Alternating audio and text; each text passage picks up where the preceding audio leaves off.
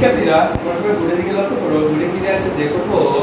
দেখো রুমু থেকে ঝুমু 8 বছরের বড়, ঝুমুর বয়স 24 বছর, রুমুর বয়স কত? আমার রুমুর বয়স কত সেটা বের করব। তো আমরা একটা জিনিস লক্ষ্য করো, দেখো ঝুমুর বয়স 24 বছর দেওয়া আছে, ঠিক আছে? আমরা সেটা লিখে নিব। লিখতে পারি আমরা ঝুমুর বয়স কত বছর? কত বলো? 8 বছর। 24 বছর।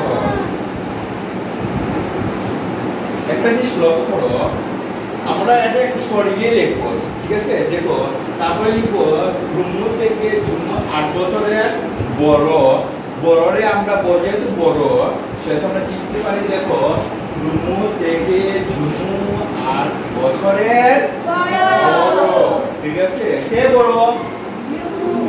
রুমু থেকে ঝুমু, ঠিক আছে? 8 বছরের বড়। তাহলে আমরা লিখতে পারি রুমুর বয়স কম 8 বছর, ঠিক আছে? রুমুর বয়স কম কত বছর? 8 বছর। রুমুর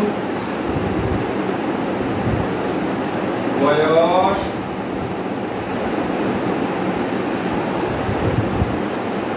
কম কত বছর বলো তো দেখি? 8 8 বছর। কতটা ডট ডট দিয়ে দেবো, ঠিক আছে? হয়েছে? মানে দেখো ঝুমুর বয়স 24 বছর, তাহলে রুমুর বয়স কম 8 বছর, ঠিক আছে?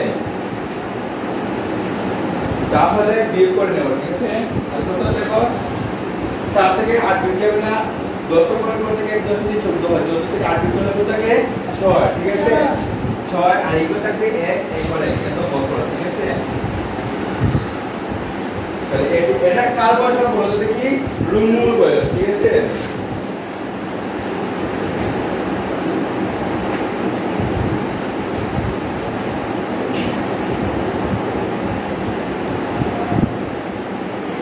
রুমুর বয়স সমান 16 বছর, ঠিক আছে?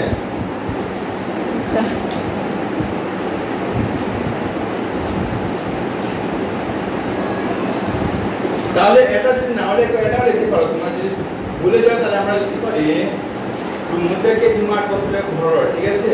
তাহলে ঝুমু থেকে রুমুর বয়স কম 8 বছর, ঠিক আছে? তাহলে আমরা লিখতে পারি ঝুমু থেকে রুমুর বয়স